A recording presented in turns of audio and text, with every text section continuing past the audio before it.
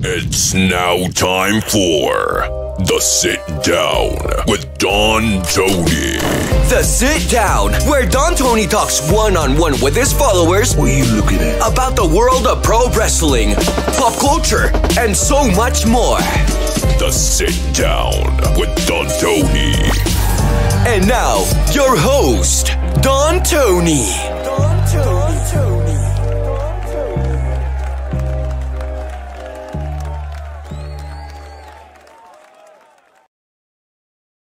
All right. May 17th, 2024. What's up, everybody? Welcome to your latest edition of The Sit Down. I am Don Tony. I want to thank you very much for joining me on this Friday night. Big shout out to everybody who is live. Big shout out to everybody who is checking out the archive. If you are new to this show that we do Fridays, it is simple. This is the lazy show. I come here with nothing, pretty much. A couple of SmackDown thoughts, but we pretty much keep the floor open up to your questions and your comments. And we'll go for the next 60 minutes. Don't want to overload it this week. This past Monday, Kevin and I did a banger of the Don Tony Kevin Castle show, and it was cool because Tuesday, Kevin and I actually did a back-to-back. And we did almost 3 hours on Tuesday night as well. So very, very cool. And by the way, here's a little quick plug that you might want to start remembering, because a week from this Sunday, actually, no, 2 weeks from this Sunday, Kevin and I will be live right here on YouTube, Sunday, June 2nd, 2024 at 8 p.m. Eastern. We're going to do another one of those Q&As. And this one will be a little bit extra special because it will be Kev Castle's birthday. So we will be celebrating his birthday too. I actually have to get his gift together. I already told most of you out there, a couple of years ago, WWE auctioned off an autographed figure of Karrion Kross and an autographed figure of Scarlett. And what made them unique was it was the first autograph that either one had ever done in the WWE. The first one ever. They're actually written number 1 on it. And I won both auctions. And, you know, very, very cool thing to have. And yes, I could put it up on eBay and get a pretty penny for it. But it's just been sitting here and sitting here and sitting here. And yes, Kross is a friend of the family. Kross has been supporting us even before he ever got into wrestling. He doesn't hide his support for us, which is awesome. But, you know, the fact of the matter is that Kev is much closer friends with Kross than I am. And I'm going to send both figures to Kev. So the only promise that he had to give me was that he doesn't auction them off on eBay. So if he does, then he's got to split it with me. But so we're going to do that 2 weeks from this Sunday, 8 p.m. Eastern. It's going to be a really fun show. Big shout out to everybody who believed in us this past Monday, especially with the Nightbird, the Wyatt family-esque faction, Uncle Howdy, whatever you want to use as the term right now. We ended up nailing it. They did invade WWE's Twitch stream on Thursday, and I'll share a little bit more with that in a little bit. SmackDown tonight, you know, I'm not saying this to brag, but you should all brag as well. We're running the table with this King and Queen of the Ring tournament. Because if you remember the brackets 2 weeks ago, Kevin and I said it's going to come down to Gunther versus Randy Orton on the men's side. And on the women's side, it's going to come down to Nia Jax versus whoever we chose on Raw. I'm trying to remember who on Raw is still in it. For those live in the chat right now, who is still alive on the women's side of things on Raw? You know, when we said that Jade Cargill was going to lose to Nia Jax, everybody thought we were nuts. No, they're not going to have Jade Cargill lose this quickly. I think a lot of people forgot stupid DQs do happen in the WWE. Oh yeah, Io Sky, that's it.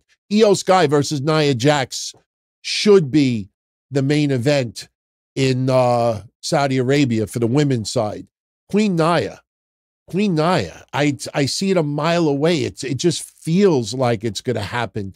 Nia Jax, whether you like her or you don't, I think it's safe to say, I don't think much would dispute with me when I say that Nia has come back improved, definitely has worked hard to return to the WWE, and she is not disappointed, in my honest opinion.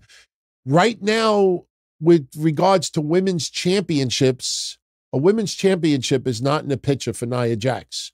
But calling herself Queen of the Ring, nice little accolade to have under your belt.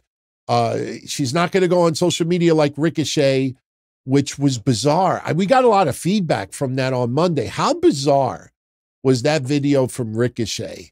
Especially when you start doing a little research about his statistics, and you're like, what is this guy whining and complaining about? It makes no sense, you know? And, but Nia Jax, yeah, Queen of the Ring, I see that happening in Saudi Arabia. And you got to remember something, you know, this is spectacle.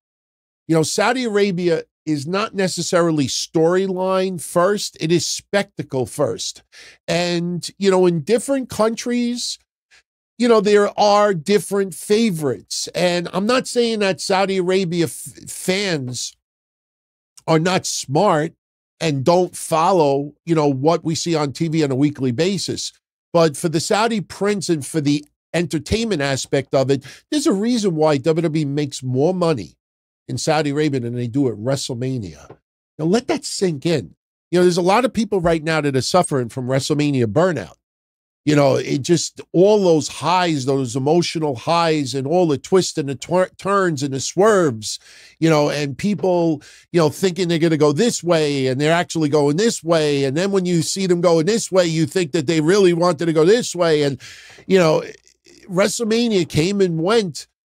And to think that they're going to get more money in Saudi Arabia than WrestleMania. So it is about spectacle. And Randy Orton taking on Gunther in Saudi Arabia is more of a, you know, Saudi Arabia thing than actually WWE creative-wise.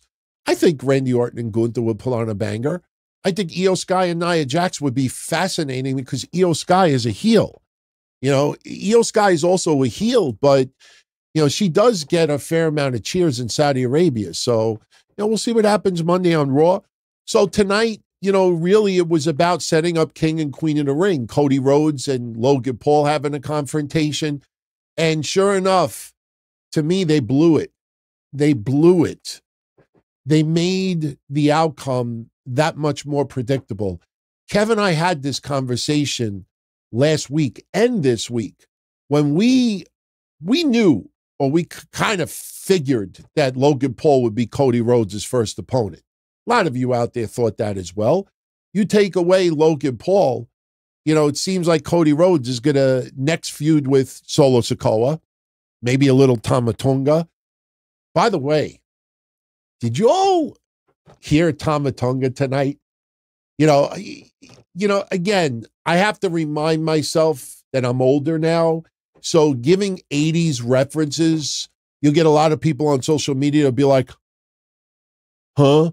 And then you get, you know, the smart ones, the slick ones that you'll post something and it'll click and then they'll write it as if they came up with it first. That's what happened on Monday with the Nightbird stuff. But I don't know if you saw it tonight, but when Tama Tonga was preparing for his match against LA Knight, he made these weird sounds. And yes, I have watched Tama Tonga work in MLW and other places. He has these weird little mannerisms about him. This is nothing new. But tonight I thought it was fucking hilarious because he made these sounds and I knew that I heard it from somewhere. But for any of you out there that didn't hear it, this is Tama Tonga tonight on SmackDown right before his match against LA Knight. Soon as I heard that, I'm like, Where did I hear that from? I heard it from two places. I heard it, for anybody that lives in New York in the Northeast that is closer to my age, does anybody remember DJ Red Alert Goes Berserk? Yeah. You remember that on 98.7 KISS FM? I still have mixtapes of that. And if anybody out there doesn't know what I'm talking about, go on YouTube, type in DJ Red Alert Goes Berserk and listen to the beginning. And that was Tama Tonga tonight. But if I would have put DJ Red Alert, nobody would have had a clue what I was talking about. But you know what he sounded like? He sounded like fucking Stripe from Gremlins. You remember the 1984 movie Gremlins? Stripe, the evil gremlin? What was that tonight? He sounded like a fucking gremlin. I thought it was hilarious. I mean, seriously, just listen to the audio and look at the picture of Stripe at the same time. Tell me this is not Stripe.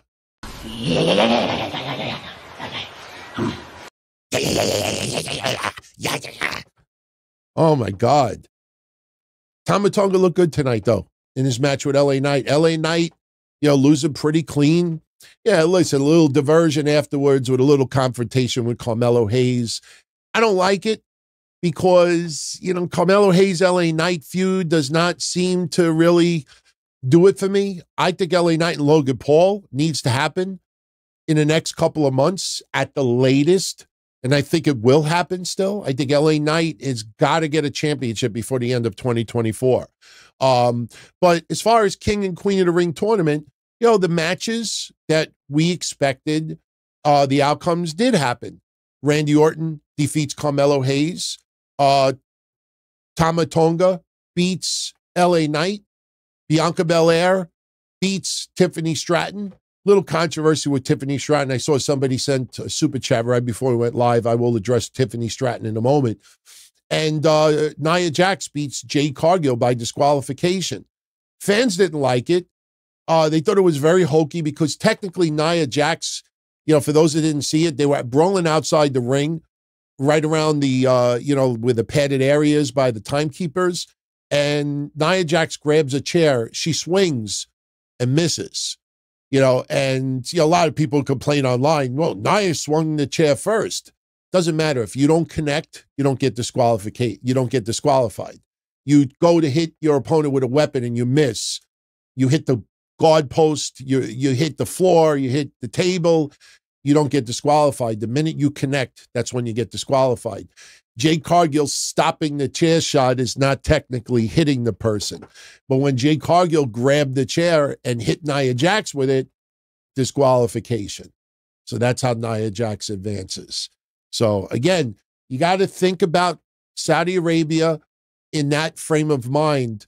Some creative decisions are not what you would typically expect in the WWE. And, what I said earlier about Cody Rhodes and Logan Paul, WWE blowing it a little bit, I want to bring this up before we move on, and I'll get into your questions. The one thing that we were questioning on Monday was no titles on the line. You were not going to do title versus title because Logan Paul is not dropping that championship yet. And at the same time, though, you don't want to have just Cody's championship on the line because then we know what the outcome is going to be. Logan Paul is not leaving Saudi Arabia as the undisputed WWE Universal Champion. So what do they do tonight? They do a contract signing, and right smack in the middle of the ring, we got both championships. And I'm like, Nick Aldis is there. Logan Paul's there with some actor playing an attorney and a couple of goofs. One got put through a table, his entourage. We didn't get the typical, LA Squeeze or whatever the fuck that guy's name is. But you see the titles on a pedestal in the middle of the ring. I'm like, they're not going to do title versus title. What is this? And Logan Paul comes up with a contract. And Logan Paul says, my title is not on the line. Your title is. Nick Aldis is standing there looking like a schmuck because Logan Paul is dictating what the stipulations are. And instead, in storyline, Nick Aldis enforcing that he is the general manager, not Logan Paul, not Cody Rhodes, no one. Logan Paul is, doing the antics, getting great heel heat from the crowd. And Cody Rhodes is like, Nick, can I handle this? Between me and Logan, could you leave the ring? And I'm like, what is this? It's like, it was just stupid. And Cody, super over, do not trust the goofs on social media that want to tell you that Cody Rhodes is not still over. The thing is that for some people online, it's got to be cake and ice cream. There's got to be some major thing going down. And, if it's not, then, he's getting bland and his title run is this and it's that. It's just fucking begun.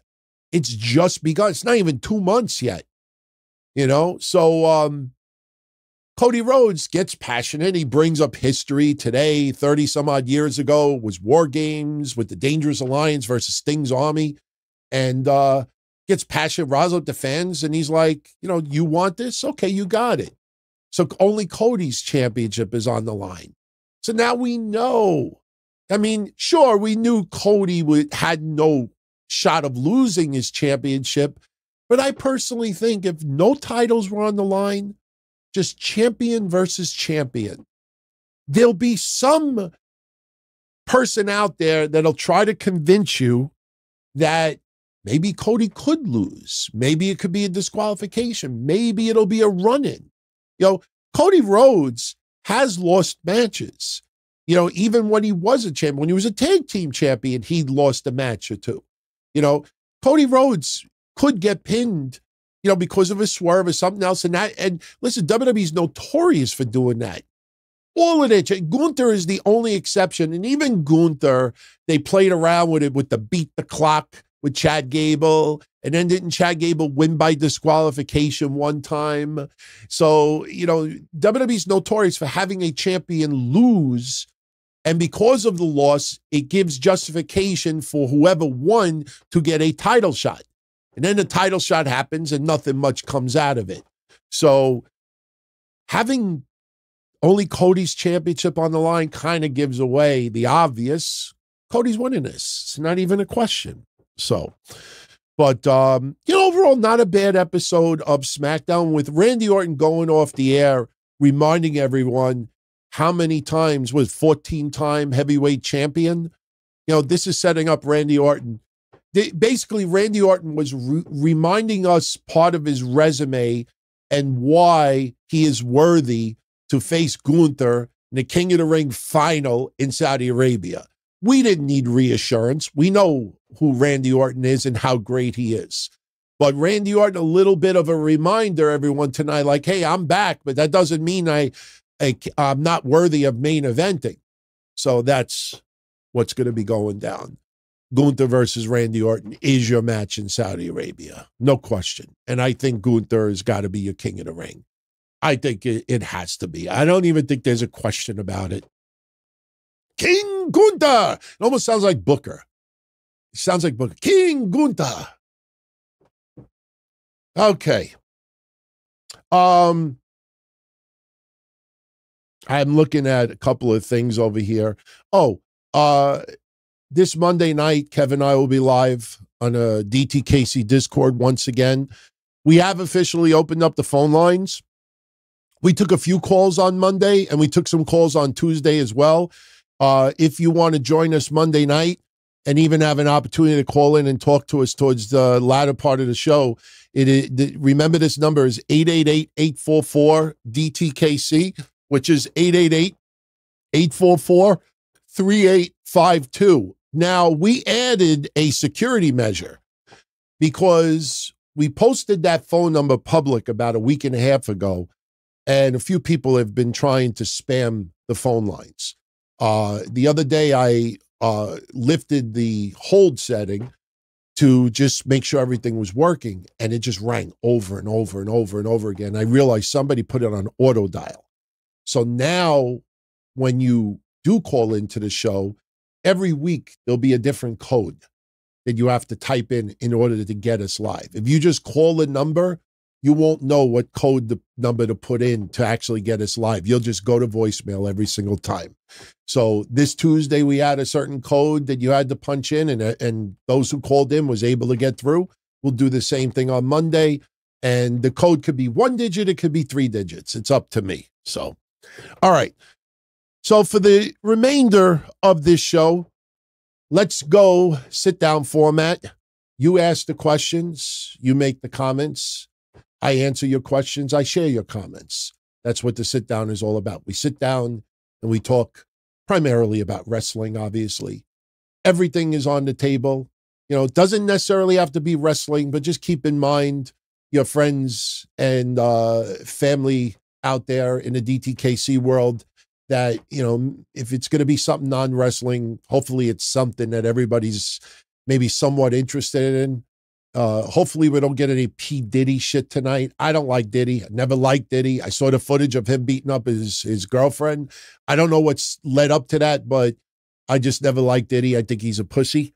I just never really liked him. I don't care what his political alliances are. I was never a fan of Diddy. And yeah, whatever. All right, let's get into some super shout outs before we go to the chat room. Only fair, you know, they contribute, help us pay the bills, helps us buy some coffee, helps us upgrade some audio and video equipment.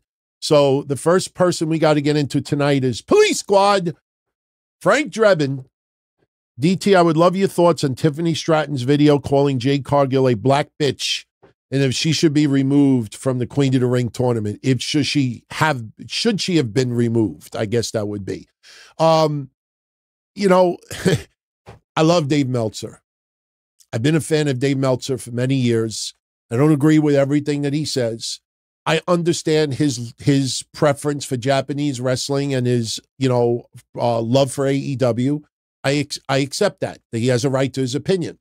I do laugh at people online that say that Dave Meltzer has no credibility, but all they do is report about Dave Meltzer because they understand that they make money off of it, obviously. Dave Meltzer has done some very generous things, even for me in the past, with some worthy causes. But Dave Meltzer, it's pretty obvious that, you know, his newsletter is not what it used to be. And Dave Meltzer, as far as journalism goes, is turning more into Vince McMahon than he realizes. No, I'm not talking about Vince McMahon and his pee-pee problem. I'm talking about Vince McMahon, as he got older, you get complacent. And that might just be for anybody out there. When you're doing the same thing for 10, 20, 30, 40 years, 50 years, you start kind of getting a little bit tired, a little bit complacent. And then you kind of just fall back and rely on what you think will tread you by. You know, that's why I brought up about Vince McMahon. Vince McMahon loves wrestling. Vince McMahon loves WWE. Vince McMahon cares. But Vince McMahon is a billionaire 10 times over. So does Vince McMahon really have that drive that he's got to give us the most amazing product out there, you know, or keep that level up? No. That's why you saw so many times feuds going way too long, the same feuds, the same people fighting over and over again. We brought this up a couple of weeks ago. Randy Orton versus Sheamus. I think people forgot how much that was shoved down our throats. And then the final dagger was when everybody was doing the wave and chanting Michael Cole, and Michael Cole was still hated by a lot of people. Vince McMahon got very complacent. And Dave Meltzer is getting very complacent. And when Dave Meltzer guesses instead of actually getting information, when you guess wrong, it is really, really bad. You don't even know about the Ivar stuff yet. Kevin and I will talk about Ivar on Monday, but Dave Meltzer this week not only swung and missed, but the bat flew into the crowd and hit somebody in the face. That's how bad it was with the Ivar stuff. But why am I bringing him up now? Because he said that if it was anybody else in the WWE or somebody that was not a future superstar, they would have been fired on the spot. Really? Really? For those that didn't see it, Tiffany Stratton reposted a video clip that somebody put on social media of her cheap-shotting Jade Cargill. And in the background, you hear somebody yelling, "Black bitch," and it's repeated. Now, I don't know who the TikToker is. I don't follow TikTok. If you really want to look it up, go right ahead. But that soundbite of Black Bitch is somebody on TikTok that was referencing some other woman, and apparently it's a video clip that has gone viral way before Tiffany Stratton got involved with this. And the woman says in it, Black Bitch. Now, my reaction to it is, number one, Tiffany Stratton would not have been fired if she was not a future superstar. This was dumb. It was dumb. I'm not going to defend Tiffany Stratton, and I'm not going to bash her either. She reposted something. Now, Brandy in AEW has used the term Black Bitch. Jade Cargill in the past has used the term Black Bitch. So, you know, I don't know what Tiffany Stratton's mind where it was, you know, when she thought, oh, let me repost this. I'm kind of like giving back to what she said before. It was definitely stupid. What I will say, though, is the IWC calling racism, you know, and what's even worse about it is there's a lot of wrestling news sites. Go to Kev Castle's Twitter. I don't have the guy's name in front of me, but he does a wrestling news site, and he calls out racism towards others, and it's always white. And the worst thing about it is that guy is more racist than anybody else out there. When you see black and white in everything that is said and done, you probably have the racial problem, not the people involved. Do I think Tiffany Stratton is a racist? I have no idea. I don't know her personally. But I will say this, people immediately crying racism. Those are the people out there that just want to stir shit up. These are the people that virtue signal. These are the people out there that don't even fucking understand half the shit that they are calling out. It is stupid. What she did was stupid. But no, she should not have been pulled from Queen of the Ring. No, she would have not have been fired. And, you know, it's just ridiculous. You know, even Dave Meltzer said that a bunch, and again, the Paul Levesque, you know, trying to, you know, take away from Triple H, who we call, you know, a lot of fans went right to Paul Levesque to complain. Yeah, they go to Triple H and others every time something happens. These are the same goofs that are accusing WWE of aligning themselves with Vince McMahon in this Janelle Grant lawsuit. That is the most dumb. I don't like to use this reference in 2024, but it is one of the most retarded things that I have heard in recent months or years. WWE did not align themselves with Vince McMahon. They are not defending Vince McMahon. They are named in the lawsuit, and they are going along with the lawyers that it should be arbitration. Has nothing to do with aligning themselves with Vince McMahon. But again, that's the same people in the journalism world, in the media world, that are calling out racism with Tiffany Stratton are the same ones that are saying that WWE is siding with Vince McMahon. No, they're not. They're defending themselves in a fucking lawsuit that Vince McMahon happens to be in at the same time. Idiots, morons.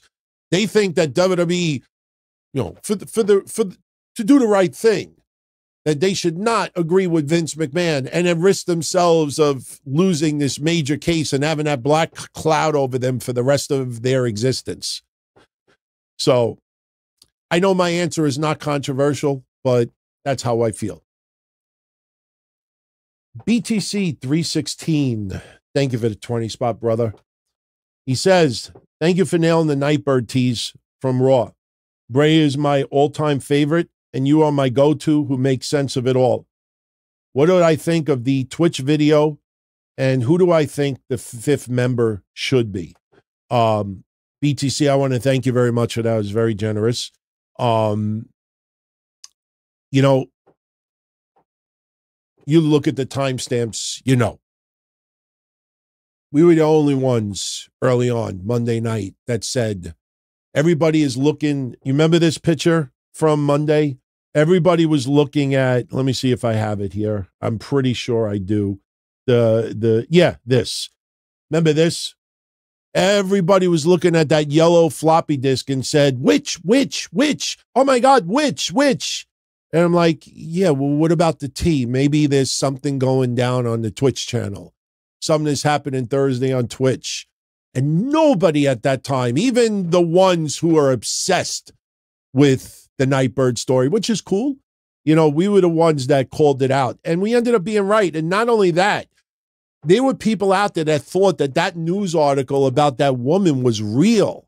It's not a real article. That was just to put an anagram out there that if you move the letters around of the doctor, it spells Uncle Howdy. And people forgot that this is the same person that talked to the fiend, the psychologist. Nobody picked up on that Monday. They thought some woman was kidnapped and she's going to stop. But the Twitch stream, and I probably could show this because only about 4 seconds was played on SmackDown tonight. But this is part of what was shown on Twitch this Thursday, this past Thursday. Now, before I show you the video clip, I want to show you a freeze frame of something. All right. You will see. Actually, yeah, let me show you this. Okay. I'm going to pause that for a minute. Let me just make sure this does not repeat. Okay. Let me pause that. Okay. I want to show you something that nobody picked up on because I checked Twitter earlier tonight. If you look at the video closely, I want you to pay attention to the floor. I want you to pay attention to the floorboards. That floor and the floorboards are the same floor and the floorboards. Hang on. You see it? See that? It is the same floor and the floorboards as that flooring. Remember on Monday we showed you the floorboards, and people were saying, oh, that's Alexa Bliss's house. And you look at the grout, and the grout doesn't match up. Alexa Bliss's grout is beautiful and black and all clean and organized. And whoever house that was, it was like all brown. And it's the same flooring and the same backboard that was the clips on Monday. So that's something that nobody picked up on from this video on Thursday. But here's a little bit of what we saw on Thursday.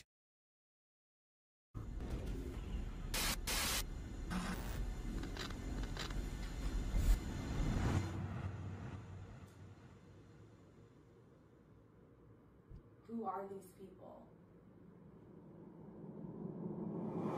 No more to left. Yeah, it's not a real news article, guys.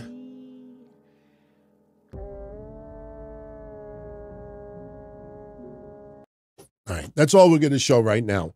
Kevin and I on Monday will spend a few additional minutes on it, breaking everything down, plus whatever is added on Monday. One thing I do want to show you, though, actually two more things. Tonight, there was another QR code, which brought us to this vintage picture. And if you do, I don't want to give it away, but if you take this picture, save it in your computer, and then go on Google. And when you go on Google, do not do a text search. Instead, do a photo search. Put that photo in Google and search it and see what comes up. All right. There was a lot of little teasers tonight. One date brought you to the night that a new mask debuted with the Firefly Funhouse. I think it was I forget what year it was, but a new mask was debuted. Also, there was something else. Now, yes, if anybody that is watching this on their phones, they're probably looking at a magnifying glass right now. No worries, no worries. But at the bottom of the QR code tonight with the links, we saw this little picture, this little screenshot. If you zoom in on it and people are wondering what that is Waylon Mercy. And that is a sword, if I remember correctly. No, a knife. Anybody remember the little knife that used to be painted under the eye of Waylon Mercy? That is a little teaser also. So that is a screenshot from a Waylon Mercy promo from 1995. So getting back to BTC's very generous super shout out. I like the Twitch video. I think it was well done. I think people are tired of the teasers now and they want to see more. I honestly, as of right now, I do not think they are debuting at King and Queen of the Ring. I do not think so. And I know everybody is focused on May 25th, 5/25, because it is popped up on a lot of teasers. With that date happens to be King and Queen of the Ring.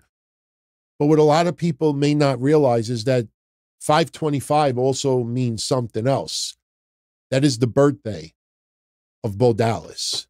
Bo Dallas's birthday happens to land on May 25th. So while everybody is fascinated that they're going to debut a King and Queen of the Ring, why would they debut a King and a Queen of the Ring? Who are they going to take out? Randy Orton? Who are they going to take out? Cody Rhodes? Are they just going to show up? I'm not trying to sound like a jerk when I say this, because I'm one of the biggest Bray Wyatt fans there ever was. I mean, if you follow me for years, you know that. I probably have more collectibles and merch than almost anybody out there. But I'll say this.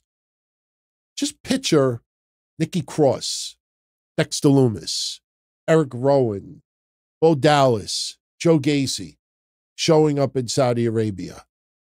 I mean, first of all, nobody in that crowd is going to say, holy shit. They'll probably get their ass in a lot of trouble. I just don't picture that audience, which are predominantly the kids and the 20-somethings are WWE fans, but a majority of the older adults are not WWE fans. They're taking their kids to see WWE. To me, that is not the right crowd to reintroduce all of those people.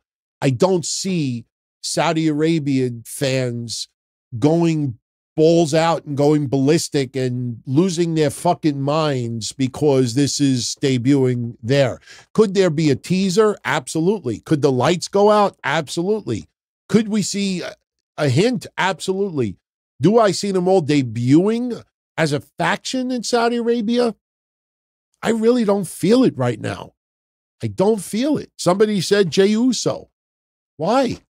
Jey Uso is going to go further and start this bloodline versus rogue bloodline stuff. And where does that lead? Jey Uso is going to get his ass kicked then. Why? Why would you have Jey Uso get his ass? So Jimmy could come to the rescue? Like, where does that leave Jey Uso after everything? I agree. Jey Uso is burned through too many main eventers. So, you know, you look at the Raw roster, what's going to happen? Is Jey Uso going to, don't be surprised when I say this. Do not be surprised if Jey Uso teams up with Kofi Kingston if Xavier Woods cannot wrestle. Do not be surprised if you see Kofi Kingston and Jey Uso teaming up to take on like AOP.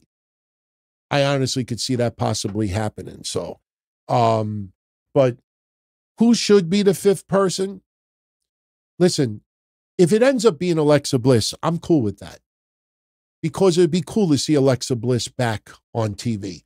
Is Alexa Bliss one of the more polished women's wrestlers out there? No. But I thought she did great in the Firefly Funhouse and the Wyatt stuff. And she said that was her most favorite time in wrestling, period. Now, for those out there that are into wrestling, they probably think that's ridiculous. But you know what? What does that tell you? If she had the most fun working with Bray, and Bray has passed away, if she has an opportunity to reinvent herself again, and this also indirectly pays tribute to Bray Wyatt, why, if that was your favorite time, why wouldn't you want to do it? If Alexa Bliss was going to do anything, she probably would be a perfect fit for this. I just personally think when you look at the group, remember, you know, we were the ones that said this a month ago. This is the land of misfit toys. This is the land of people who are promised everything and not given it. Alexa Bliss has done pretty damn well when she was on WWE television. Nikki Cross slided. Dexter Lumis slided. Joe Gacy slided. Eric Rowan, Bludgeon brother, kind of slided. Bo Dallas slided. So Alexa Bliss, a little bit too successful, I think, for this faction. I would even dare to say Liv Morgan might be a little bit too successful. But I think Liv Morgan might be the perfect candidate for this. Kevin and I disagree about who the fifth member should be as far as if it's a man or a woman. I think you absolutely should have a second woman in this faction because if Nikki Cross does not deliver, just because we liked her insanity, just because we thought she had a great character in NXT, NXT's 500,000-600,000 viewers, that's not going to cut it on the main roster. If Nikki Cross lays a wet fart just because what her character is very limited as far as a fan base goes, you need another female to kind of take the focus and a little bit of pressure away from Nikki Cross. That's why I think another woman. Plus, you got to help boost this women's tag team division. Nikki Cross is not going to become a women's champion anytime soon. But if she teams up with another person, that could end up being, women's tag champs down the line. I honestly think a woman should fit that role. And you don't just put somebody in there because they have not been given the opportunity or if they've kind of failed. I saw one or two people bring up Zoe Stark. Why? Zoe Stark is not over. The fans are just not buying it. You don't just put her in there because she's just not cutting it. You want to put someone in there that you think could actually take it to the next level. I think if you're going to put somebody on, and it's got to be somebody from WWE. Last week we talked a little bit about Tessa Blanchard. Some of you after the show brought up Rosemary, which is a fabulous one. That is a fabulous one. Some of you brought up Masha Slamovic and others. I think it's got to be somebody that is known as a WWE star or wrestler, whatever you want to call the person. It's got to be somebody that's identified with WWE because remember the whole premise of it. This is not about monsters. I get it. The teasers go in a certain direction, but, it's kind of like what Roddy Piper used to say, just when they think they know the answers, I change the questions. They want you to think they're going this way. They're actually going this way. They were promised, but not given. And Bo Dallas is there to rescue them. And that's why I think it's got to be somebody who was promised more from the WWE, but hasn't been given it. We'll see. But if it was me, I actually would go with Liv Morgan. I think Liv Morgan actually would, especially if she changes up her character. I mean, I get it. She's a baby face and fans still like her and everything. And she's obviously hot and beautiful. She's got an amazing body too. And she could work. But remember, she was doing a lot of hardcore stuff. Shave her head a little bit, make her look a little bit, raggedy. That might actually work. We'll see. Yeet hater. I like that. Yeet hater. Right now, what are some of the things? Right now, people are laughing. They're doing it now with the Triple H. Then, now, forever, together. You remember, you got to open your mouth wide. See, on Monday, we weren't on video. So people are like envisioning, like when you impersonate Triple H with the open, you got to, then, now. You got to open your mouth wide. Now.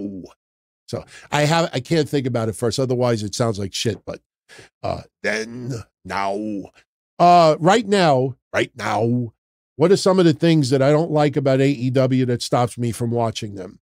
Damn, I'm pissed off. I printed up, because I saw this question come in before we went live. I printed up a list and I left it inside. I'm not going to get it. But I could still answer this. To Yeet Hater, what stops me a little bit from watching AEW right now? Number one, I think one of the biggest problems that AEW is having right now is the titles. The titles. There's like 16 titles between AEW and Ring of Honor, and even Moxley with a New Japan belt. Too many titles. Every time I see a banner, and we just saw it with Adam Copeland, Edge, and Brody King. You look at the advertisement, the main event, or the opener, however they want to do it with ratings. You see Adam Copeland versus Brody King, and there's a big belt smack in the middle of the graphic. So many people have fucking belts. Those belts mean nothing.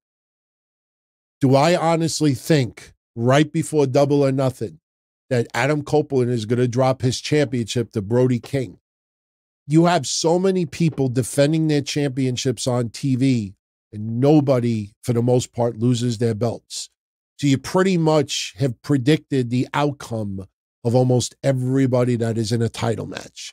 Number two, AEW thinks that they're doing God's work by not having more DQ finishes and clusterfucks and, somebody getting, whatever. Disqualification probably more than anything. Roll-ups. There's nothing wrong with a heavyweight champion, a world champion, whoever it is. I don't care if it's TBS, TNT, whatever belt it is, that somebody gets distracted, they turn around and they get fruit rolled up, or they get disqualified. They don't do it enough. So every time you see somebody defending a belt, 9 times out of 10, we already know the outcome of the match. So, it takes away a little bit of that suspension of disbelief. The fact that everybody does a run-in and everybody, gets involved, it takes away the meaning of it and the magnitude of it. When the referees do not enforce anything, it takes away from the magnitude of it. Also, there are people that are put on TV simply because they are well-liked behind the scenes or they are close friends with people out there. I have nothing personal against Chuck Taylor or Scorpio Sky or, whoever is involved with those matches. But I'm like, why is this like a major storyline? Because somebody behind the scenes thinks it is? There are people on TV that have no business being on TV, and who they think is good because somebody was from Ring of Honor, somebody was from a faction from 10 years ago, and Excalibur talks down to us as if, oh, you know who that is? That's Shane's blah, blah, blah, blah, blah. He was this, he was that. No, he really wasn't all that much. That's why we never really have seen him on TV before. And they put these people like, I have nothing against the Gates of Agony. I have nothing against Jeff Cobb. I have nothing, but 95% of the American wrestling audience do not give a flying fuck about these people. We do not care about New Japan all that much. We do not care about IWGP. We don't care about all these outside people. So you see all these people coming in as if we care. Commander, Gravity, and this and that. There's just too many people that are on TV, not because the fans want to see them. There'll always be this small group of people out there that will pop for everything. There are people out there that think that the lowest person on the food chain is a big deal, but there's too many people that are on TV that I have no interest in seeing whatsoever. And also, when you use the same format over and over again, I took this screenshot earlier. All right.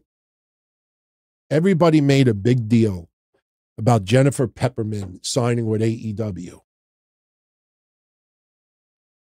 I take a quote from Mojo Rawley. She ain't hype. This women's division, just because you're adding TV time to the women, there's a difference between quantity and quality. And a lot of the shit that's been on TV, I was listening to Brian Last and Jim Cornette the other day, and they took the words out of my mouth. Serena Deeb is one of the most talented women in wrestling that could still go, and she is abysmal on the mic. And you see people getting this wild TV time. Now they're teasing lesbian kisses and this and that. this Jennifer Pepperman, I don't know what, you know, I don't want to compare her to Vince Russo, but Vince Russo, when he was in WWF, Vince Russo came up with some fabulous ideas. He also came up with some very shitty ideas. The difference was that there was a filter that someone higher up would take and discard this and discard that. And now you got this Jennifer Pepperman that goes into AEW and you see a lot of this abysmal shit on TV. Who is filtering it? Who is the person that is saying, you know, what is this? This is not good. This is not this. But AEW gives me the vibe that they don't have the heart to tell someone, man, you suck. Man, this is just not, this is underwhelming. This is not very good. Like everybody has got, unless you're Wardlow, everybody's got to have a 7-minute match, a 10-minute match. So everybody's got to kick out at 2 when they should be taken out on a stretcher. You know, when you have this over and over and over again, it's like when I was a kid watching horror films. When I was 13 years old, 12 years old, my grandmother was taking me to R-rated horror films. Dawn of the Dead, Night of the Living Dead, Zombie, Maniac, Joe Spinell. And I'm 11, 12, 13 years old, and I'm watching Maniac, and Joe Spinell is cutting somebody's scalp open and ripping open. I'm like 11 years old, and I'm like saying to myself, Nanny, why are you taking me to these movies? I mean, really gory, disgusting stuff. After a while, I laughed at it. That's not real. That's chop meat. That's this, that's that. You see the same shit over and over again. You get numb to it. So you see, and here's another thing too. You know, Mercedes Moné has been in that company for 2 months. She's done nothing. She's done absolutely nothing. And that format that I said about Jay Cargill, that I said about Chris Statlander, that I said about Tony Storm, they do the same template every time. Woman has random match. Someone shows up on the rampway or somebody shows up on a backstage interview, has a confrontation, a verbal confrontation. Then a week later, person advertised thinking they're live in person, pre-recorded, cuts a promo. Week later, person fights different person or is a tag team match. Then ultimately, after a month and a half, they finally wrestle that person. And then after that's over, a week goes by with nothing, and then that person's interviewed in the back, the champion, and then somebody else will show up on the rampway. That's Serena Deeb. That's Ruby Soho. That's and then the same cycle. It had when Chris Statlander became champion. I remember we said Willow, we said this, we said like 4 women, and within 2 weeks, every single one of those 4 women were involved in a segment, and he'd do the same fucking thing every time. Why do I care that Willow took on Mercedes Moné in a different company and Mercedes got injured? Like, this is the storyline. Like, they have unfinished business. Good. 2 months of a buildup for this? No. This is too much shit that is just booked for their own pleasure, you know, for a very small group of people out there. And I'm numb with all the run-ins. I'm numb with all the title defenses. The titles mean shit. And when Swerve Strickland won the world championship, I get it. It's history. But AEW doesn't want to treat it as major history. First black world champion in AEW. No, their mindset is similar to me. Everybody should be treated equal. In this day and age, you should not have to go out of your way and make it this big monstrosity because that person happens to be black. Swerve is awesome. Swerve should have been champion in January, but they waited too long, and then they gave him the belt. And the first week that he is champion, he's opening up Dynamite, and Jon Moxley with a Japanese championship is closing Dynamite. You basically said, hey, Swerve, Moxley's is more important. And you see the Big Bang lead-in. I don't want to put this on the screen because somebody sent me an email and said, hey, you know, could you not put this out there for the first week or 2 because we go it for paid people? Somebody was sending it to me and I appreciate it. But I just want to, I'm going to put it on the screen for 2 seconds. Look at that Big Bang lead-in. Remember those million ones? They're now 700,000. So there's too many things that just turn me off. You know, you see all these title defenses, they don't amount to anything. And a lot of what you see is predictable. All right. Thank you very much for that. Yeet hater. I like that. Yeet hater. All right. So how long are we going? We've gone 54 minutes. So I don't want to go too long tonight. We got the weekend coming up. I'm sweating like a pig over here, but I want to hang out in the chat room a little bit, answer your questions. If you have a question, just write questions so I could spot it quicker. And if I do answer your question, you know, let someone else ask something, you know, and I'll spread it around a little bit. And then when it starts getting a little bit repetitive, we'll call it for tonight. Harry Holyock. Thank you for the 5 spot, Harry. A little bit of SmackDown feedback from Mr. Harry, and it'll pop up on the screen in a moment. He says, SmackDown was all right tonight, but one thing is clear. The tag team division is completely dead. DIY versus Legado, who fucking cares? You know, I'm glad you brought that up because I forgot to mention DIY tonight. I am a fan of Gargano. I'm a fan of Ciampa. You know, I've talked about them a lot. I thought the Way stuff was funny. Austin Theory and Grayson Waller sitting at the timekeeper's table watching this match going down. Legado del Fantasma versus DIY. The SmackDown tag team division is rough right now. And I'll tell you what is sad about it. This is in no way, shape, or form knocking anybody I'm about to say. All right. If you asked me, let's pretend Vince McMahon was an altar boy. And let's pretend Vince McMahon was a virgin. And Vince McMahon has never done any of the things that he's been accused or been found, you know, revealed to have done. I still would prefer Triple H in charge right now over Vince McMahon. Triple H is much younger.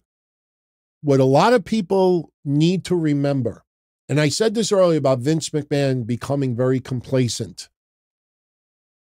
You got to keep this in your mind because it is probably the most important thing I could say about Triple H heading creative right now. When Vince McMahon was running everything, Vince McMahon was running everything. And what I mean by that is this was a publicly traded company, but Vince McMahon was majority shareholder. He was the number one guy, you know, chairman of the board. Vince McMahon ran things. So Vince McMahon could get lazy, complacent, do the same shit over and over again, kind of just wing it for months, if not a year or two at a time. And, you know, take it or leave it, guys. Triple H works for TKO Group Holdings. This is not run by Vince McMahon anymore. This is not run by family. This is not run by WWE personnel that have been there for decades. This is not Ari Emanuel and a lot of others. Don't you find it funny how whenever you see these journalists, these esteemed journalists out there, when they talk about WWE management and the executives, they never bring up Ari Emanuel. They never bring up TKO Group Holdings. Why? Because they want you to think that WWE is still the Vince McMahon-owned company. Even when you hear the dumb shit being said by Tony Khan and others, this is a company under new management. This is a company owned by TKO Group Holdings. Triple H, if he does not deliver, he could get fired. Anybody that has been in the WWE for a long time, if they do not deliver, they will be fired. Wrestling has to be cool right now because UFC, I don't know if you all took note of the financial numbers that came out, but UFC had like $300 million in profit, or there was a wild number that came out, hundreds of millions of dollars. And you looked at WWE, and it was like 1/80th of that. WWE has so many more people employed compared to UFC, contrary to what you believe. But UFC is a more profitable company to TKO Group Holdings than WWE is, or Endeavor, whatever you want to use. So the thing is that the people that are in WWE right now have to deliver because they're answering to different people. Just because The Rock is on the board of directors doesn't mean that, oh, well, The Rock, you know, the history with WWE, of course, he's going to give Triple H a little bit more of a leash. Oh, really? Says who? Remember, the majority on the board of directors is from Endeavor, TKO Group Holdings, not WWE. 5 members from Endeavor, 4 members from WWE. So the bottom line is that creative WWE personnel have to deliver because they work for different people now.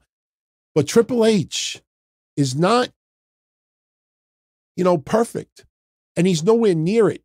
And when you actually dissect it, there are quite a few people who have failed or really underwhelming. They seem to be getting opportunity after opportunity. I use DIY for an example. DIY has gotten like 3 or 4 title matches in the last 4 months. They got a couple on Raw. They had one match that they came to SmackDown and had a tag title match, and they lost that. And then they get drafted to SmackDown, and the first video that we see is, oh, they're gunning for the championships. They deserve an opportunity. I'm like, these motherfuckers have gotten at least 4 title matches in the last couple of months. No, back of the line. Back of the line. Just because somebody cuts a promo doesn't mean you take it at face value. Ricochet should be the perfect example of that. We were the only, look it up, we were the only people to expose what we found out about Ricochet. Just because it sounds good doesn't mean that it makes sense. Ricochet said a whole bunch of passionate nothing in that promo. Michin, here's another example. Michin won a match in NXT. Somebody wrote that it might have been her first win in a year. And there's a video that she wants a women's championship. I'm like, this motherfucker's been jobbed out from WWE for the longest of time. And they have her win one match, and they're doing these promos that she wants a title out. But this is like Dana Brooke. This is like, you know, a different version of Dana Brooke. So you look at some of these people that are getting, Candice LeRae, Indy Hartwell. I get it. They're drafted to SmackDown now, but they're getting, so the tag team division on SmackDown is very underwhelming right now. And there ain't no way, shape, or form you're taking the titles off of Grayson Waller and Austin Theory in favor of DIY. DIY's had some decent matches. DIY are very talented. But at the end of the day, you know, how many years are we going to get them on TV? And it's, you know, amounting to nothing. I hate to say it, but AOP is on the verge of being in that group. Indus Sher was a great example of it. Indus Sher, we knew was on thin ice, and 2 days later, we found out they got released. So the tag team division, it needs to be repaired. The problem is that the people that they are focusing on have gotten opportunities and have not done very well with them. So I knew this was coming. Rojo Bear. Thank you for the 5-spot, Rojo Bear. My thoughts on the Puff Daddy video came out today. For those that don't know, CNN released a video from several years ago of P. Diddy in a hotel room beating up on his ex-girlfriend. Listen, I don't know what led up to that. I don't know what that woman did. If you look at the footage, they're in the lobby they're on the lobby of one of the floors in a hotel. P. Diddy is wearing a robe and slippers, and he starts wailing, punching, kicking his ex-girlfriend. And my question is, why did that video take so many years to come out? Why was that kept away? I mean, there might be a legitimate legal reason behind it, but that video was awful. See, me, and listen, I'm just saying this as a guy. I don't ever want to be in this situation to do this, but I'll tell everybody a little story. This is a legit story. Back in 1992, my friend was dating this girl, and they were living together in Elmont, Long Island. And they were very, very close. They were going to get married. They wanted to have a family. I mean, they were inseparable. Anyway, long story short, we went, I don't know if it was Sprats on the Water. Might have been Sprats on the Water. It was a club in Long Island at the time. We were on Sprats on the Water. And we see my friend's girlfriend at a bar with another guy. Now, this is 1991. We didn't have cell phones. You know, we had the flip phones. There was no cameras. You know, we were just like, oh, shit, what do we do? So, you know, we stood on a different side. She didn't know we were there. We told my friend. Anyway, bottom line is my friend ended up catching his girlfriend with this guy. I don't know if it was in his house or in a hotel room, whatever it is. But when my friend caught this guy with his girlfriend,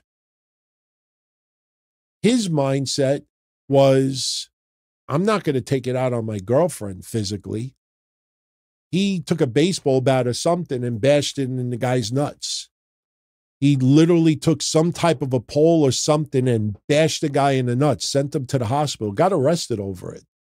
So my point is that no matter what your girlfriend or wife does, if you really want to get revenge and torment them, don't put your hands on them.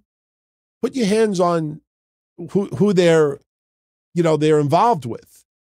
You know what I mean? That's like even like with some gangsters, like a big no-no in the Italian mafia is you don't go after family.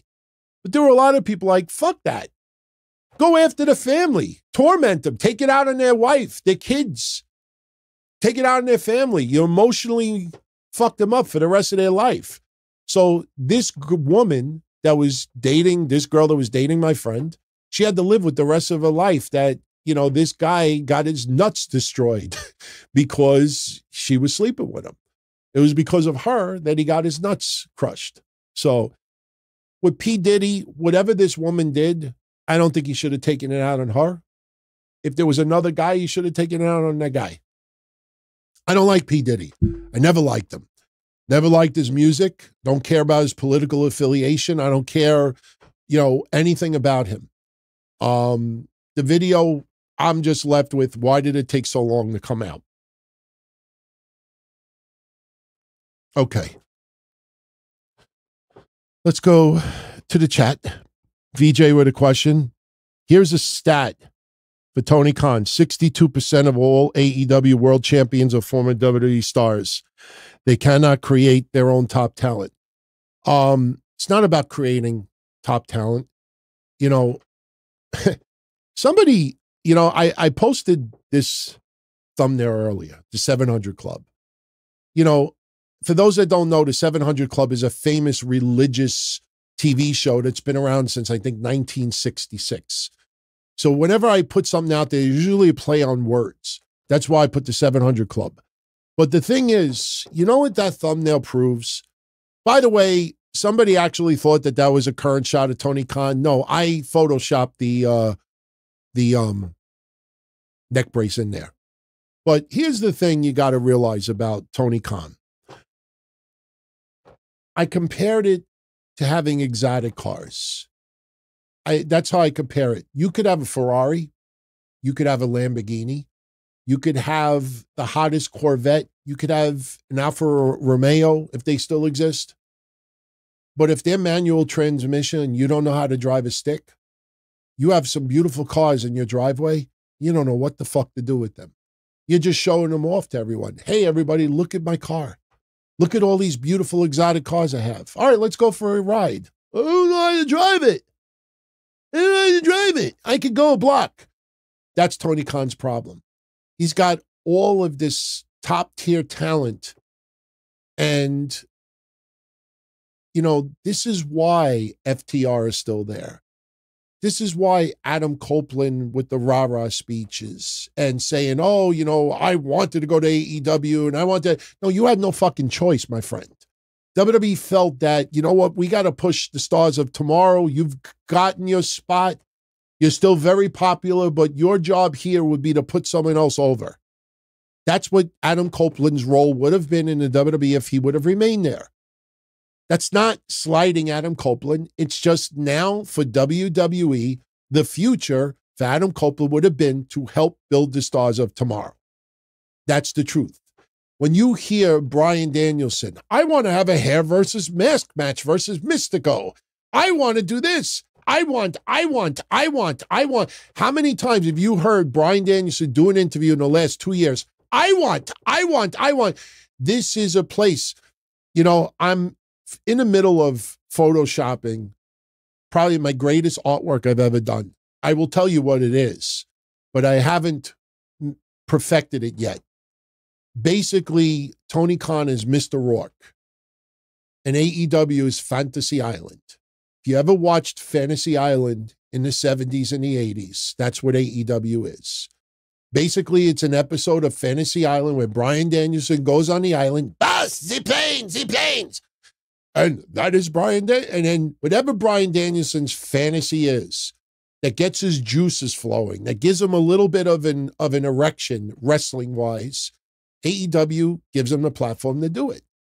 And for a lot of people out there, it's their bucket list. That's why half the people you see that are wrestling on TV have no business being there.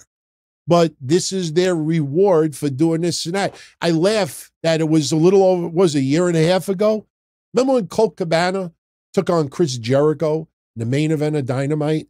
And Chris Jericho goes public and says that him being on Dynamite main event had nothing to do with CM Punk.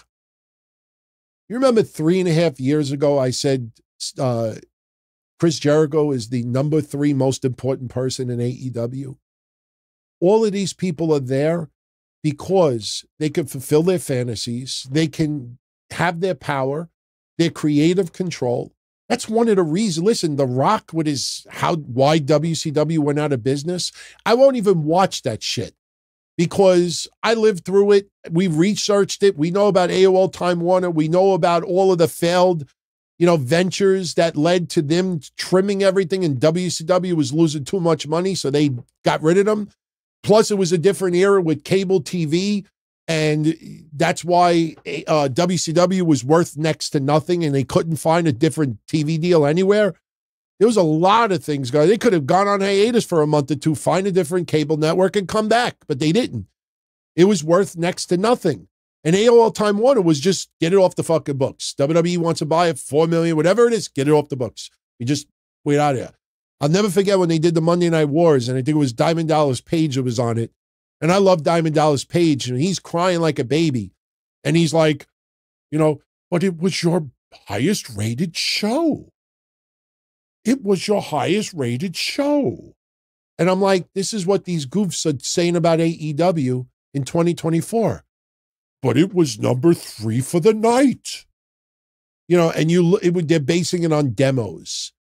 So when I see this WCW stuff, I don't need someone to tell me, well, it was because of this, and this. So you look at Tony Khan, and it's like Fantasy Island. And one of the biggest reasons why WCW lost all that money is because too many people had creative control. They creatively wanted to do this, and this. And AEW is the same thing. And now you got FTR and others. Dax Harwood, I appreciate what he's doing in his wrestling career and his family. He is setting his family financially for life, but in the process, he's turned into a little snowflake online. I watched the close of Dynamite on Wednesday, and they're publicly like doing this feel-good warm moment because Cash Wheeler's charges were dropped. It was just a weird, shit like that has no business being on TV. So AEW is just, a lot of people are, listen, look at Will Ospreay. Oh, he could go home and he could do this. Oh, I'm on a plane 9 hours a day. Watch Connor's YouTube video and Connor be like, pussy. You look at Connor, Asuka, and you look at you traveling. Look at Shinsuke Nakamura and Will Ospreay. I'm on a plane 9 hours. You look at Okada's schedule. You look at Mercedes Moné. Think of the amount of money Mercedes Moné made for 2 months, and she's done nothing. And you look at others there. It's Fantasy Island. This is summer camp. This is where you can go and you could fulfill your bucket list and you could have too much creative control. And basically, Tony Khan is Mr. Rourke. I don't know who his tattoo would be. Tattoo. All right. Byron Cutler, New Year's King and Queen in the Ring needs to be 32 people. Why? Why? To water it down and have every... We had people in this King and Queen in the Ring that had no business being there. They don't know how to start Braun Breaker, so they do a storyline that they're not using him the right way. Adam, why am I not in King in the Ring?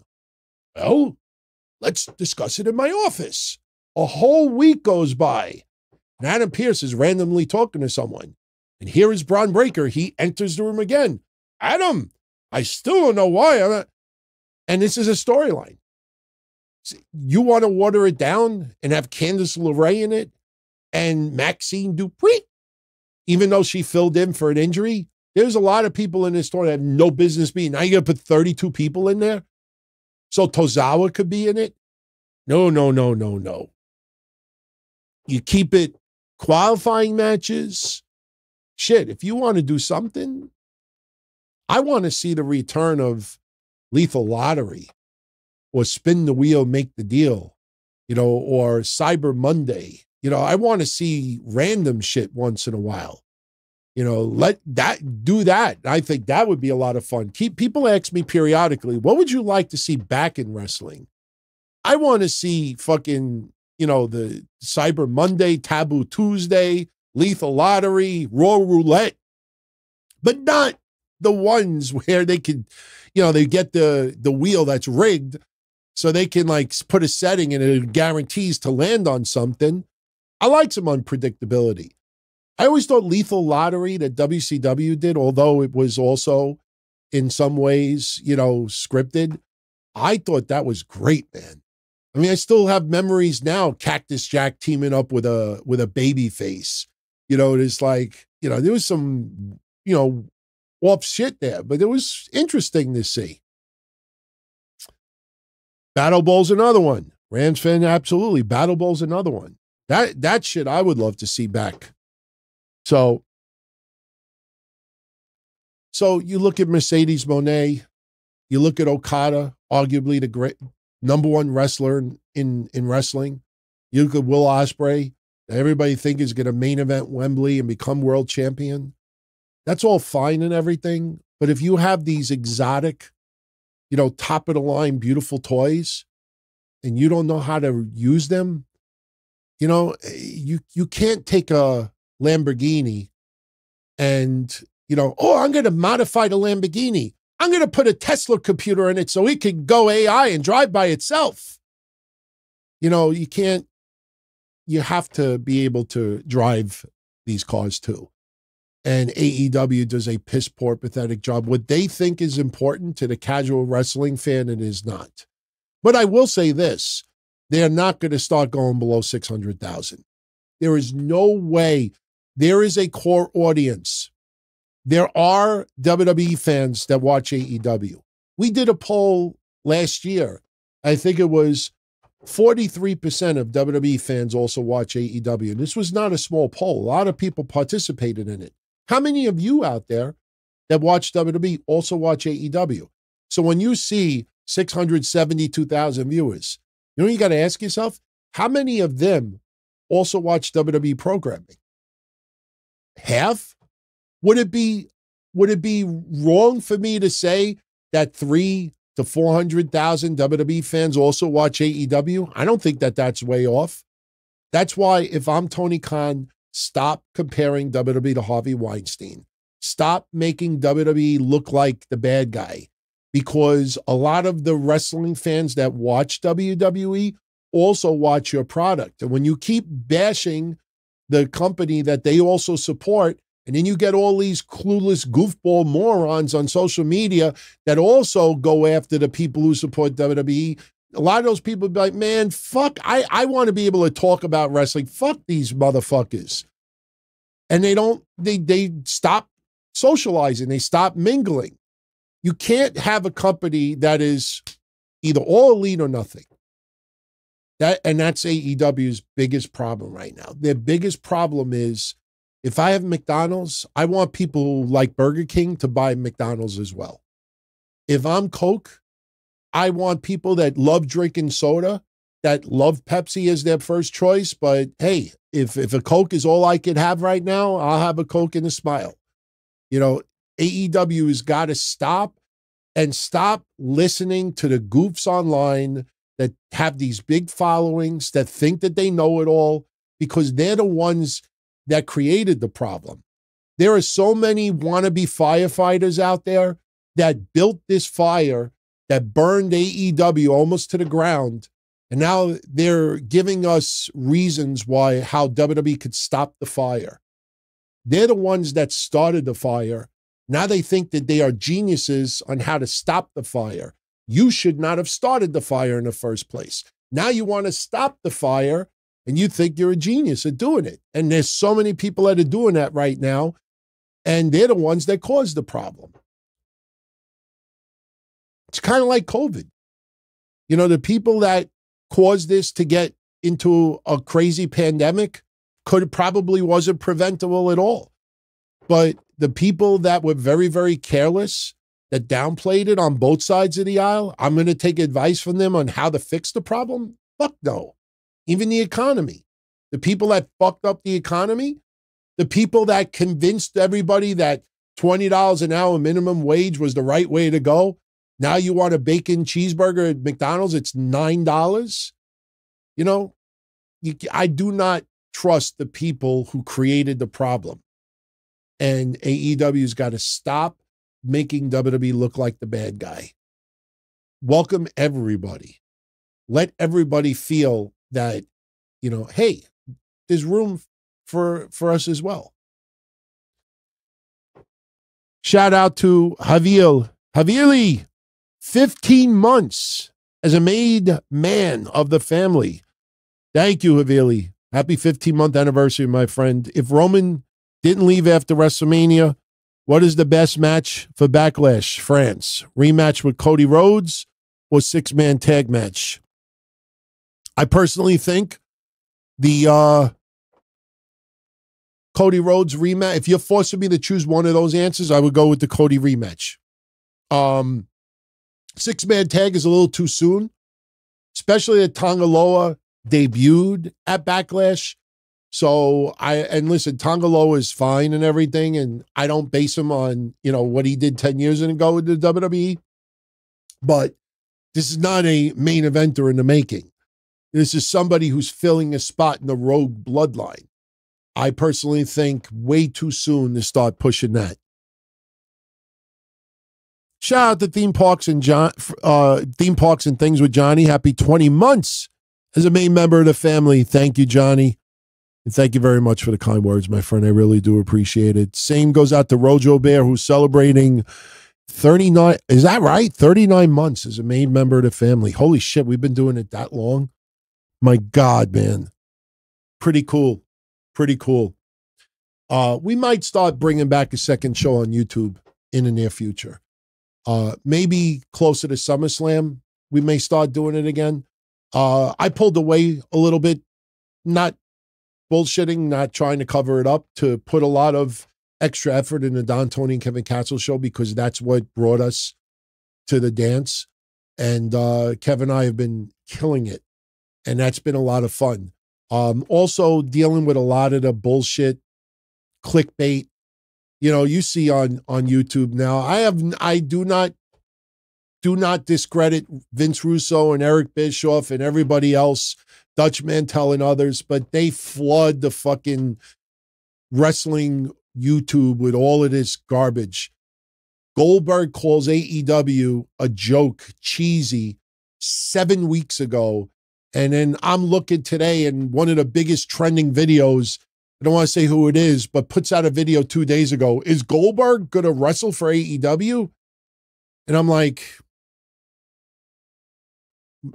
this is what I and a lot of other people get buried over for that. How many people out there got suckered into Vince McMahon plotting his own wrestling company?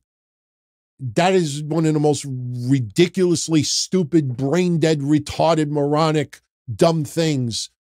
And people fucking banked crazy money off of just talking nonsense. I don't want to deal with that stuff online.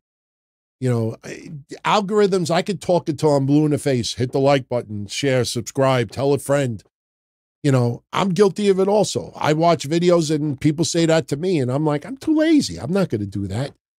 So I'd rather just put, you know, a lot of the time doing the other show. But I think we will be bringing another show back soon. So, Rams fan is saying, aren't they opining, DT? No, when you're giving an opinion that you already know is not legitimate, let me put it like this. If I started putting out videos, could Michelle Obama become president, run against Donald Trump? Could Michelle Obama become the president, the Democratic nominee? When I already know that Joe Biden is the nominee, and I already know that Kamala Harris is next in line, and this and that, and I'm putting that narrative out there, knowing that the foundation is based in bullshit. You know, that's not opining. That is clickbaiting. There's a lot of people out there that are clickbaiting stuff. Is Jeff Jarrett plotting with Vince McMahon? Jeff Jarrett fucking works for AEW. And I watched 3 Hall of Famers getting hundreds of thousands of views pushing this. Is Jeff Jarrett and Vince McMahon plotting something? I'm like, come on, man. You know, I commend you for making all this money. But, you know, to put that shit out there like that, that's no longer, that's not just doing a show. That is hustling and clickbaiting. But you know what? If they could get suckers to buy into that, I applaud it. Seriously, I applaud it. All right. We are at an hour and 26 minutes. So let's finish this in about 10 minutes. VJ, thank you for the 2-spot, VJ. Will WWE bring in Rikishi to reunite the bloodline? Oh, please, I hope not.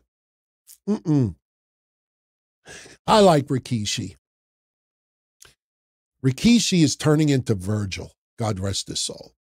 Rikishi wants to be in this storyline so bad that he could taste it, that his ass is sweating. I still got a stink face, brother, for somebody.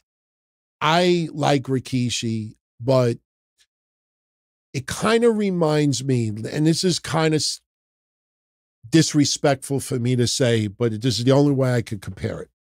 Does anybody remember the storyline with Jerry Lawler and Michael Cole? One night, to try to intensify this storyline, Michael Cole brought back Brian Christopher. Too sexy. God rest his soul. Passed away, tragically died way too young. He brought in Grandmaster Sexay. And I'll never forget when he was dancing down to ringside. That's my Grandmaster Sexay impersonation. And the crowd reacted nothing. It was awkward. It was weird. It was uncomfortable. I felt bad for him. It was not good at all. Do I think Rikishi would get that reaction? No, because Rikishi is the father of the Usos, and he is beloved, and he's got a very warm place in a lot of wrestling fans' hearts. But when you do not use Rikishi at all for the last 2 years, it's a little too late. And I think if Rikishi came out there to try to bring the brothers back together, I don't think the fans would invest that much emotion into it. Because Rikishi's not this is not like when Dusty Rhodes was talking to Dustin, you know, all I need is a hug and a kiss to seal the deal. And people were sobbing. You know, Dusty Rhodes was beautiful on the mic and could sell you anything. Rikishi's not one of those that is really gonna, you know, no, I don't want to see that. Oh, no. I think it's way too late for that. They didn't bring him in for the Usos at WrestleMania. And in hindsight, that was definitely a smart move because the match was not good. It was a super kick party. That's what it felt like. Isaiah is asking, will we see LA Knight versus Logan Paul for the U.S. title at SummerSlam? I sure hope so. I do believe that will happen. I think WWE absolutely knows that a lot of fans out there want to see it happen. You know, AJ Styles it's going to be really interesting what they do next week with AJ Styles. Because if anybody missed SmackDown tonight, AJ Styles, you know, after losing at Backlash and, you know, him, we've kind of talked about it before. He came back more jacked than ever, and he's lost more than you realize. Next week, he's going in Nick Aldis's office, and something is going to go down. What that is, I don't know. As ridiculous as this sounds, maybe you throw AJ Styles in NXT for a little while. Problem is, I don't know who he feuds with. You know, I don't know what you do with AJ Styles right now. He's not going to turn babyface. He ain't going against Cody again. He's not going to go up against Logan Paul. They already burned through LA Knight and Randy Orton. It's like, what do you do with AJ Styles? There's a big problem here. So unless they do a trade, unless he tells Nick Aldis, trade me to Raw, trade me to NXT, trade me. Maybe they do a trade. I don't know. I don't know what you do with AJ Styles right now. But LA Knight versus Logan Paul is on the list for a lot of people this year. And I think WWE also sees that. And it's a great matchup. I think LA Knight and Logan Paul would have a really fun feud. And I think LA Knight needs to win it. Theme parks and things with Johnny. Thank you for the 10 spot. Johnny says, DT, I have a similar opinion like you. I have a second father figure growing up was Eric Bischoff, like Vince was to you. I'm tired of the hate he gets, like he has no bragging rights, talk about wrestling. Johnny, I say this with 100% sincerity. Eric Bischoff is much more beloved than people will make you believe. The thing is that for AEW fans, Eric Bischoff comes across as a hater. Eric Bischoff comes, and here's another thing that's very important. Because Tony Khan hates Eric Bischoff, by default, all fans that are of AEW should hate Eric Bischoff. Tony Khan thinks Eric Bischoff is the enemy. Therefore, all these AEW fans should also look at Eric Bischoff as the enemy. Deep down inside, Eric Bischoff is appreciated. Eric Bischoff did a lot for wrestling. Eric Bischoff, started off as a gopher. You know, if anybody remembers the Brian Pillman promo in ECW, coffee gopher for Vern Gagne. Eric Bischoff started all the way on the bottom floor, and he worked his way to the penthouse. Eric Bischoff, listen, I was a big WCW fan in the 90s, and I've always said, the moment Eric Bischoff was in that ring in WCW on Nitro with that motorcycle, and he's sitting in that motorcycle and he's like, it's good to be king. That's where he jumped the shark. That's when I started to not like Bischoff as much as I used to. Eric Bischoff is a very smart person. Eric Bischoff is a very intelligent person. Eric Bischoff, what a lot of people miss the boat on is that, WCW did ultimately fail. WCW did ultimately go out of business, as do almost everything out there. I mean, not everything is McDonald's, not everything is WWE, not everything is, Duracell, not everything is Coca-Cola. Companies do go out of business after 10, 20, 40, 50 years, whatever it is. Some of our favorites in wrestling have gone out of business. Look at ECW. But the thing is with Eric Bischoff is that just because you fail, sometimes when you fail, it's the best lesson because you've been there. and maybe you can help others to avoid getting there again. And Eric Bischoff, when he sees things that kind of reminisce what it used to be, you know, it doesn't mean that he is a hater and an enemy. It means like, look, I've been there. I saw this. I know this. You know, it's just that you got to realize, even on social media, the reason why I stay off of Twitter 99% of the time is that for the most part, unless you're involved in a clique, you could come up with the most intelligent, funniest, catchiest thing to put on social media.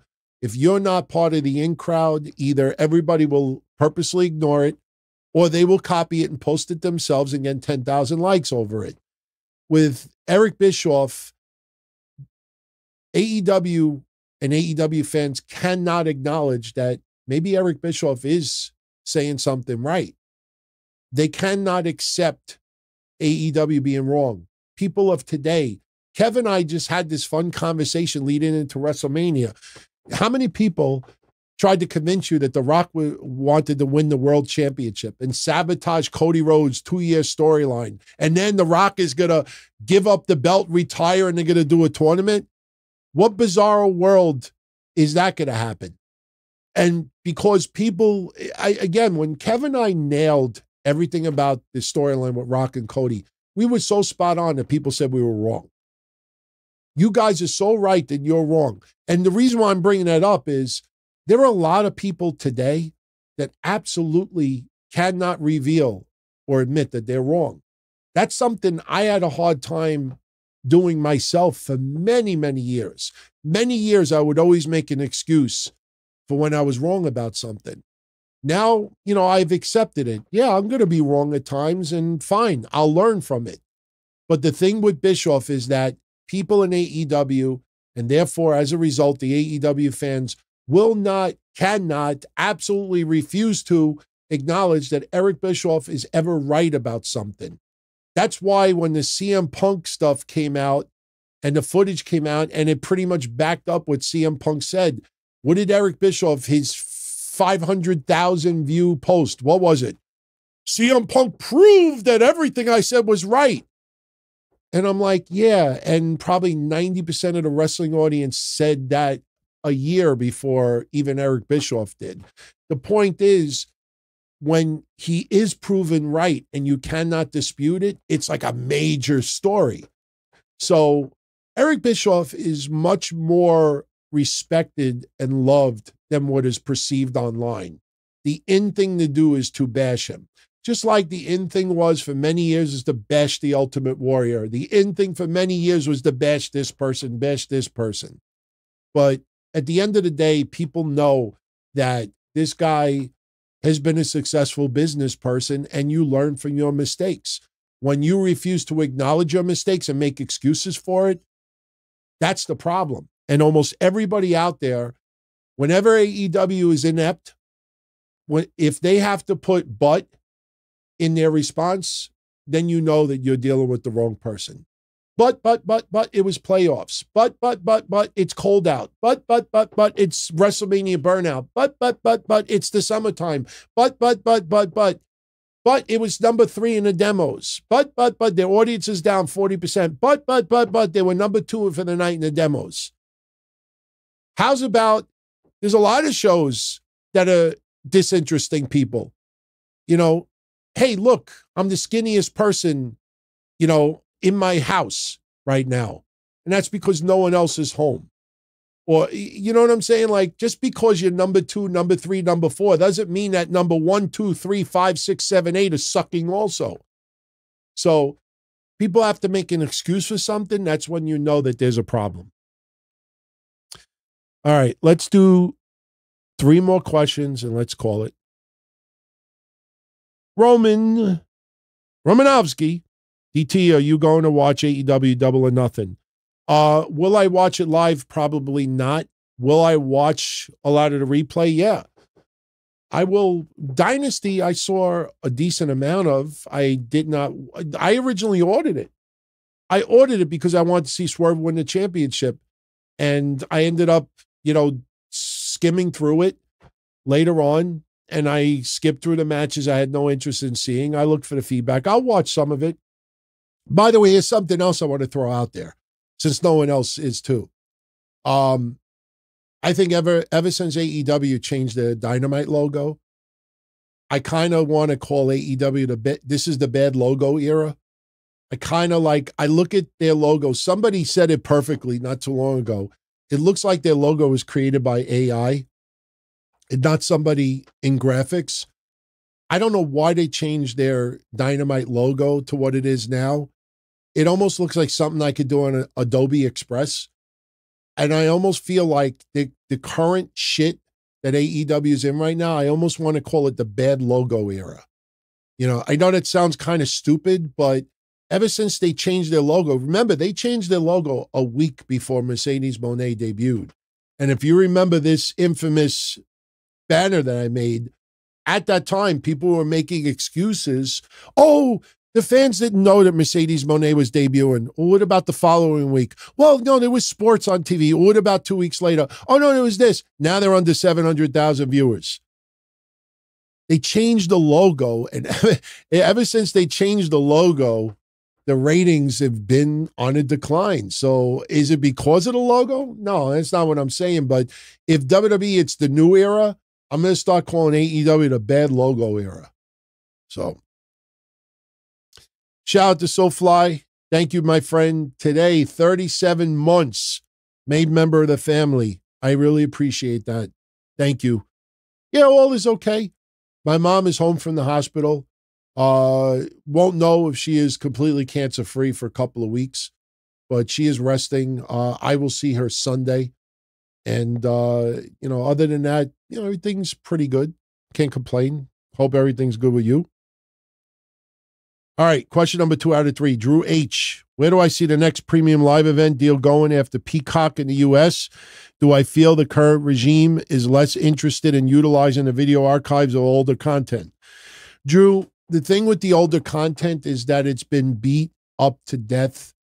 You can watch old episodes of Raw. You could watch old episodes of SmackDown. You could watch old pay-per-views. The thing is that when the WWE Network is around, WWE Old School was one of my favorite parts of the WWE Network. And after a while, they didn't update it. You remember when, welcome to WWE Old School. They didn't update it all that much. In this day and age, it's about, pardon my Triple H impersonation, for this day and age, it's about the now. It's about the now. And the thing is that, what streaming service wants to, catalog that much content? And you do that much, and then after 3 years, you might have to give it up. So I think, listen, I can't predict where WWE is going to go after this Peacock deal, but I think Peacock has actually benefited big time from WWE. I think for most of us out there, we probably would not be subscribed to Peacock right now if it wasn't for WWE and the premium live events. So the fact that their prices are increasing and they have a pretty big subscription subscribe account, I think Peacock may offer a new deal with WWE. It's what WWE is looking for. If Netflix kills it with Raw, I would not be surprised if Netflix makes a play for the other content as well.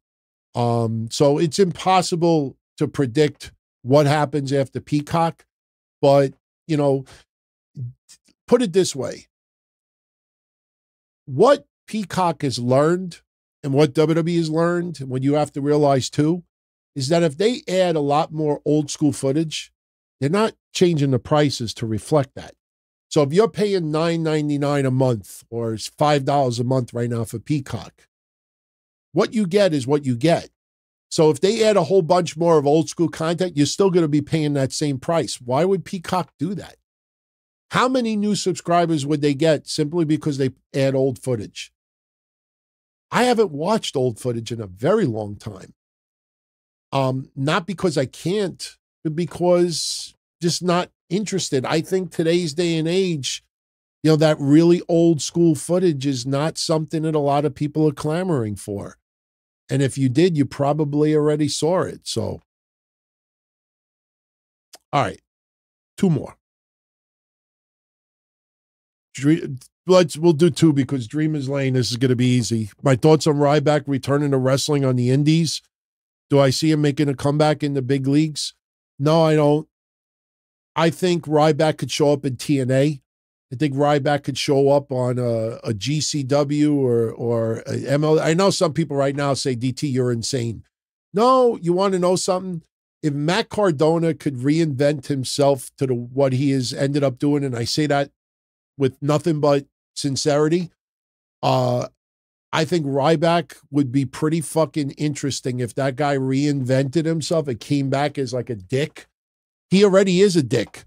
So if he came back as like an ultimate dick and changed up his style a little bit and people want to see him get his ass kicked, I think fans for that, I even think for GCW, I think fans would want to see him bleed. I think they would want to see him get his ass kicked. So could it happen? Sure. Do I think he returns to WWE? No. Does he go to AEW? No. No. Look at Ric Flair. Sting retires. Thank God AEW is not really using Ric Flair much at all. Thank God. All right. 1 more and we'll go. Rams fan, is it crazy to think Jey Uso might be in the finales of King of the Ring? No, I don't see it. I don't see it. You know why I don't see it? Because in Saudi Arabia, Randy Orton is insanely over. And you don't want the fans going, you know, yeet, let's go Randy, let's go Uso. No, no, no, no. Randy Orton would be the ultimate baby face with Gunther. Gunther could be methodical. Randy Orton will sell like $1 million. Randy Orton will push Gunther to the limit. And the crowd will eat that shit up. Randy Orton needs to face a heel, not Jey Uso. Absolutely not. So I see Gunther against Randy Orton, and I think it would be great. I think it would be really, really entertaining to watch, and it's right up Randy Orton's alley. I do not want to see babyface versus babyface. That's why. Who is Io Sky facing on Monday, guys? I'm drawing a little bit of a blank right now. Who is Io Sky facing on Raw? Because the winner of that match is going to take on Nia Jax at Queen of the Ring. I do not see Bianca. You know, the interesting thing is you kind of say to yourself, shouldn't Bianca Belair be a Queen of the Ring? Lara Vacaria? Oh, no. Oh, yeah, that's right. No way, Lara Vacaria. There's no way that WWE Triple H thinks that a whole bunch of Saudi fans are going to go, woo, woo, woo. No, no, no, no, no. You know what? Damn, we're going to close out the show, me changing my mind. You know what? Now I'm starting to think it's going to be Io Sky. For Saudi Arabia, who should Io Sky face? Bianca Belair or Nia Jax? No, fuck. Now I'm going to change my mind. I think it's going to be Io Sky versus Bianca Belair at Queen of the Ring. As much as I think King Nia would be perfect, no, man. I think Bianca Belair versus Io Sky. Saudi Arabia, again, you got to think Saudi Arabia terms, not, oh, yeah. I think I got to change it. At the very end, we got to change it. So, all right. Before we go, DeMarcus Lewis, very generous, sending in a 10 spot. I definitely want to acknowledge him and answer this great question. DT, thank you for the content. Do I think Raw should go back to 2 hours? Do I think it will go back to 2 hours? I would love to see Raw go back to 2 hours. I'm used to doing a show at 11 o'clock at night, 11:15 at night. An hour earlier is not going to be that much different for me. But I will tell you, too often, that final hour drags for me. And the thing is, with all due respect, I'm not that interested in seeing Jey Uso in the main event on Raw. I'm not interested in seeing Shinsuke Nakamura in the main event on Raw. There's a lot of people that, main event on Raw, I'm like, I don't really like, I don't need to see it. So I find myself for the third hour preparing for the show, getting my notes together. Like, I'll pay attention, but that third hour many times just drags and drags and drags. And I can't wait for Raw to be over so I can do my show. So I just personally think, it drags on way too long. What you got to realize, though, is even if the third hour does 1.4 million viewers or 1.3 million viewers, that is still, for today's day and age, a pretty decent number for 10 p.m. to 11 p.m. So as long as WWE is profitable, and as long as advertisers are there to pay it, and as long as the ratings are pretty consistent, and here's something you got to really think about, and this is why it may end up staying 3 hours. Then again, other than advertising revenue, remember, Netflix, it's not about TV ratings anymore. The days of knowing Raw's rating are going to be gone. Raw's ratings will no longer be. So when you have subscribers, whether Raw's 2 hours or 3 hours, whatever you're paying for Netflix, you're paying. The only difference for Netflix is the advertising revenue for hour 3. So as long as hour 3 is a moneymaker for ads, hour 3 will remain. But as far as you and I paying Netflix every month, let's say we're paying $12 a month, whether Raw's 2 hours or 3 hours, we're still paying $12 a month. So that's what it's going to come down to. So I wish Raw would be 2 hours again. I wish Raw would be 2 hours. I think 3 is just overkill. But as long as it still is profitable enough and they're getting good advertising revenue off of it, and that viewership is what it is, I don't see it changing. But could it happen? Sure. But, when you're making that kind of coin and hour 3 is still, making money, it's very hard to stop that. Then you could say to yourself, well, then why doesn't SmackDown become 3 hours? If SmackDown's moving to the USA Network, why can't the USA Network have a 3-hour SmackDown? It's something to think about. I mean, we don't even know what day of the week SmackDown is going to air. As far as I know, it's still going to be Friday nights. We'll just be on the USA Network instead of Fox. So if that's the case, there's no 10 o'clock news on the USA Network. So why can't the USA Network now go 3 hours? Anything is possible with these changes.